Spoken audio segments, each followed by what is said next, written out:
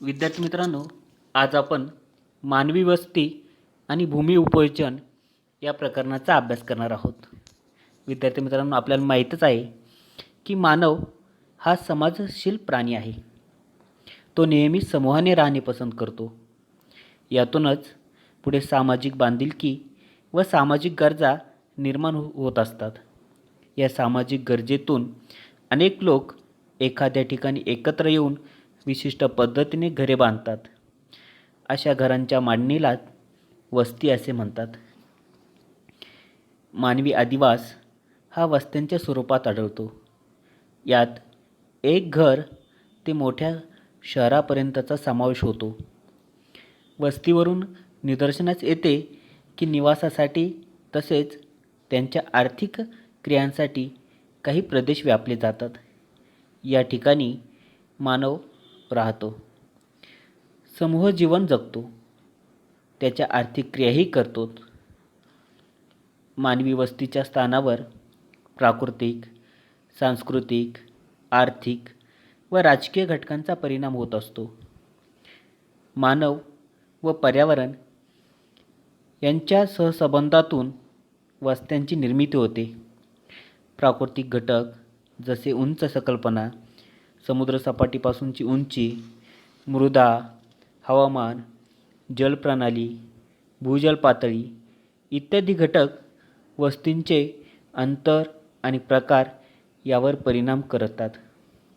उदाहरणार्थ, कोरड्या हवामान प्रदेशात पाणी हा महत्त्वाचा घटक आहे आणि म्हणूनच घरे पाण्याच्या स्रोताजवळ वसलेली असतात. काही वेळा सामाजिक घटक वस्ती विखंडित करण्यास कारणीभूत ठरू शकतो. पूर्वी प्रदेश काबीज केले जात असत किंवा बाहेरील लोकांकडून वारंवार आक्रमणे होत असत. त्यामुळे बऱ्याच काळापासून सुरक्षिततेच्या दृष्टीने केंद्रित वस्त्यांच्या विकासास सुरुवात झाली. त्या दृष्टिकोनातून विद्यार्थी मित्रांनो, आपण मानवी वस्तींचा अभ्यास करणार आहोत. परंतु मानवी वस्तीचा अभ्यास करत असताना आपल्याला इथे एक चित्र दिलेलं आहे आणि या चित्राचं निरीक्षण करायचं आहे. निरीक्षण करत असताना आपल्याला बघायचं आहे की नेमकी मानवी वस्ती कुठे होऊ शकते, कशा स्वरूपाची होऊ शकते आणि कुठे होऊ शकत नाहीत. ज्या स्थानावरती मानवी वस्ती होऊ शकते तर का होऊ शकते आणि एखाद्या स्थानावरती मानवी वस्ती होऊ शकत नाही तर का होऊ शकत नाहीत, या कारणांचा आपल्याला चित्राच्या आधारे शोध घ्यायचा आहे. प्रामुख्याने आपल्याला चित्राचं निरीक्षण करायचं आहे आणि चित्राचं निरीक्षण करत असताना प्रामुख्याने चित्रामध्ये आपल्याला अ स्थान, ब स्थान, क स्थान, इथे असलेलं ड स्थान आणि ई स्थान दिलेलं आहेत. तरी हे स्थानांचा आपल्याला अभ्यास करायचा आहे आणि त्या स्थानावरून कुठे वस्ती होऊ शकते आणि कुठे वस्ती होऊ शकत नाहीत याचा आपल्याला शोध घ्यायचा आहे. त्यावर आधारित काही प्रश्न आहेत, त्या प्रश्नांची आपल्याला उत्तरे द्यायची. तर सर्वात महत्त्वाचं म्हणजे पहिला प्रश्न आहे की अ, ब, क, ड, ई पैकी कोठे मानवी वस्ती निर्माण होऊ शकेल आणि का. आपल्याला प्रामुख्याने जे चित्र दिलेलं आहे त्यामध्ये प्रामुख्याने अ, ब, क, इथं असलेले ड आणि ई हे जे स्थान दिलेले आहेत, तर यापैकी कुठे मानवी वस्ती होऊ शकते आणि का मानवी वस्ती निर्माण होऊ शकते, तर याचा आपल्याला प्रामुख्याने अभ्यास करायचा आहे. तर विद्यार्थी मित्रांनो, आकृतीत 5 पर्यायांपैकी अ, ब, क आणि ड या ठिकाणी मानवी वस्ती निर्माण होऊ शकते. प्रामुख्याने अ, ब, क आणि ड या ठिकाणी मानवी वस्ती निर्माण होऊ शकते. अ हे ठिकाण प्रामुख्याने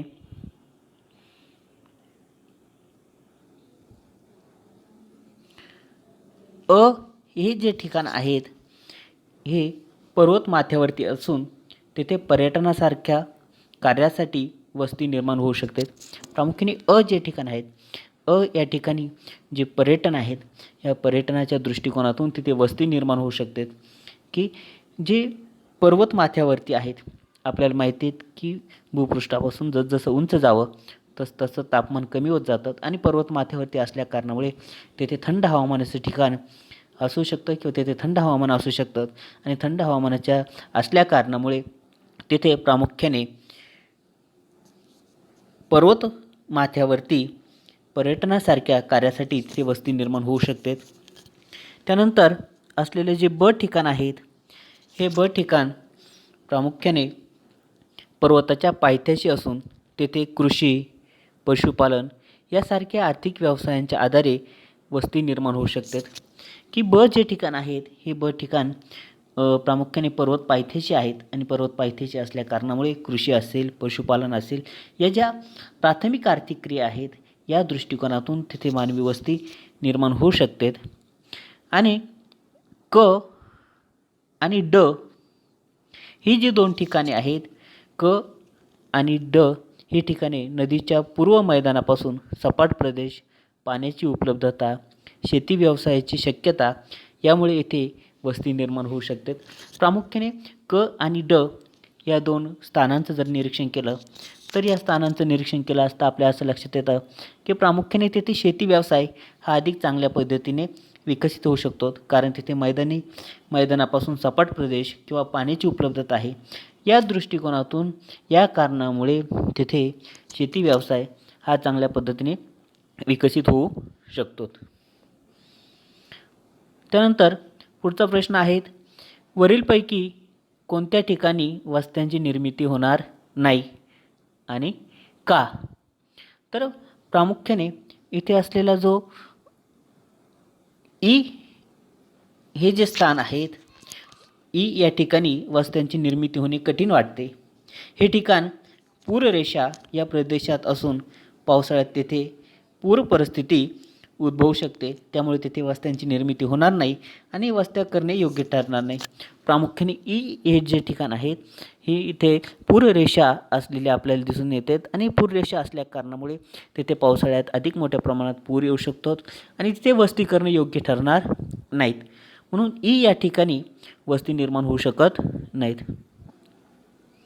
त्यानंतरचा प्रश्न आहे, वरीलपैकी वस्ती निर्मितीकरता कोणकोणते घटक कारणीभूत ठरू शकतात असे तुम्हाला वाटते?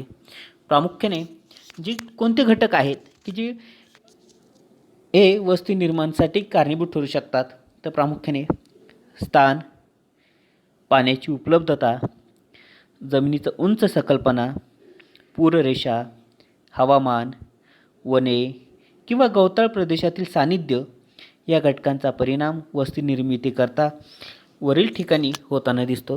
की प्रामुख्याने आपण चित्राचं निरीक्षण केलं आणि चित्राचं निरीक्षण करत असताना प्रामुख्याने आपण या गोष्टी बघितल्यात की स्थान नेमके त्या स्थान कुठे आहेत, पाण्याची उपलब्धता किती प्रमाणात होऊ शकते, जमिनीचा उंच सकलपणा कसा आहे, पूररेषा कुठे आहेत, हवामान कशा स्वरूपाचं असू शकतं, वने आहेत का, गवताळ प्रदेश आहेत का, यांचं सानिध्य आहेत का, वने किंवा गवताळ प्रदेशांचं सानिध्य आहे का, या घटकांचा परिणाम वस्ती निर्मितीवर होताना आपल्याला दिसून येतो.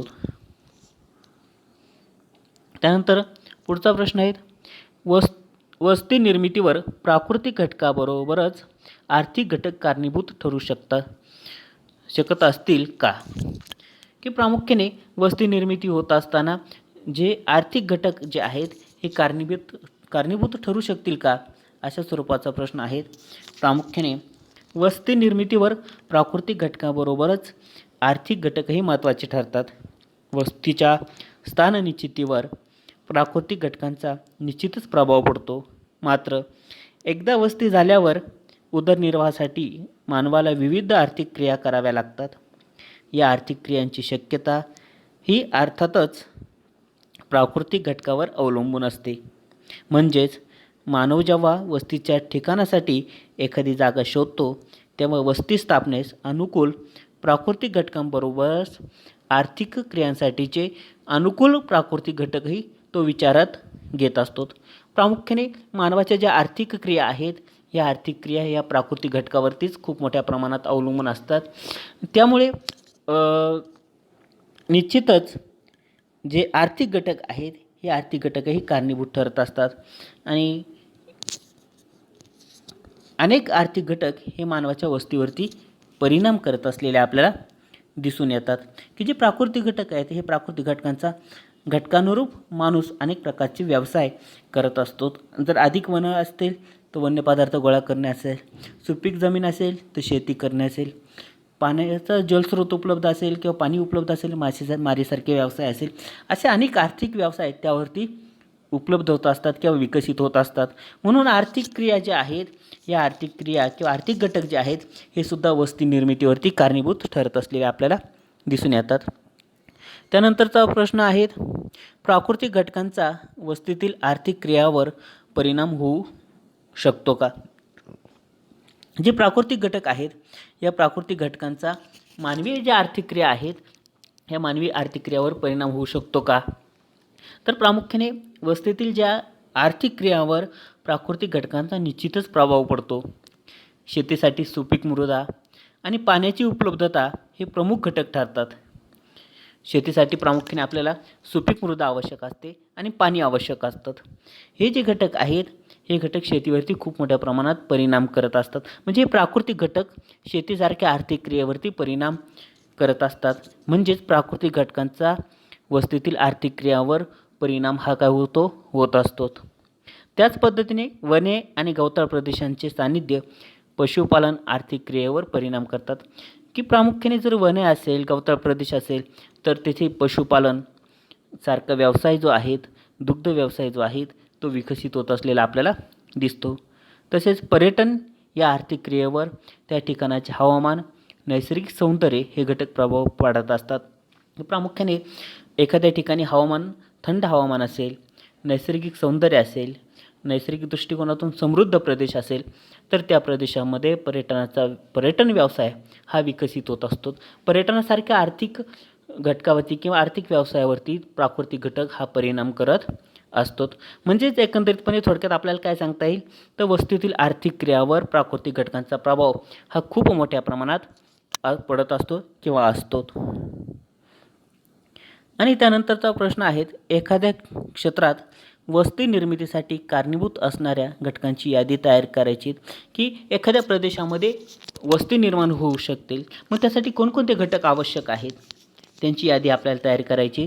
तर प्रामुख्याने वस्ती निर्मितीवर हवामान, जमिनीचा उंच सकलपणा, मृदेची उपलब्धता, पाण्याची उपलब्धता, वने, गवताळ प्रदेश, प्राणीजीवन हे जे प्राकृतिक घटक आहेत हे प्रामुख्याने परिणाम करत असतात.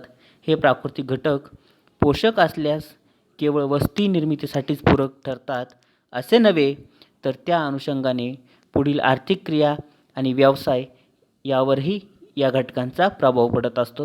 की प्रामुख्याने अधिक सुपीक प्रमाणात मृदा असेल तर तिथे शेती व्यवसाय अधिक विकसित होत असतो किंवा समृद्ध शेती व्यवसाय तिथे विकसित होत असतो. गवताळ प्रदेश असेल तर खूप मोठ्या प्रमाणात दुग्ध व्यवसायाचा विकास होऊ शकतो. अशा पद्धतीने जे प्राकृतिक घटक आहेत हे प्राकृतिक घटक वस्ती निर्मितीसाठी कारणीभूत ठरत असलेले आपल्याला दिसून येतात. म्हणजे एखाद्या क्षेत्रात वस्ती निर्मितीसाठी जे अनेक घटक आवश्यक असतात ते हे जे घटक आहेत हे जर उपलब्ध असेल तर त्या प्रदेशामध्ये मानवी वस्ती विकसित होऊ शकते आणि त्या वस्तीचा आर्थिक दृष्टिकोनातूनही चांगल्या पद्धतीने विकास होऊ शकतो.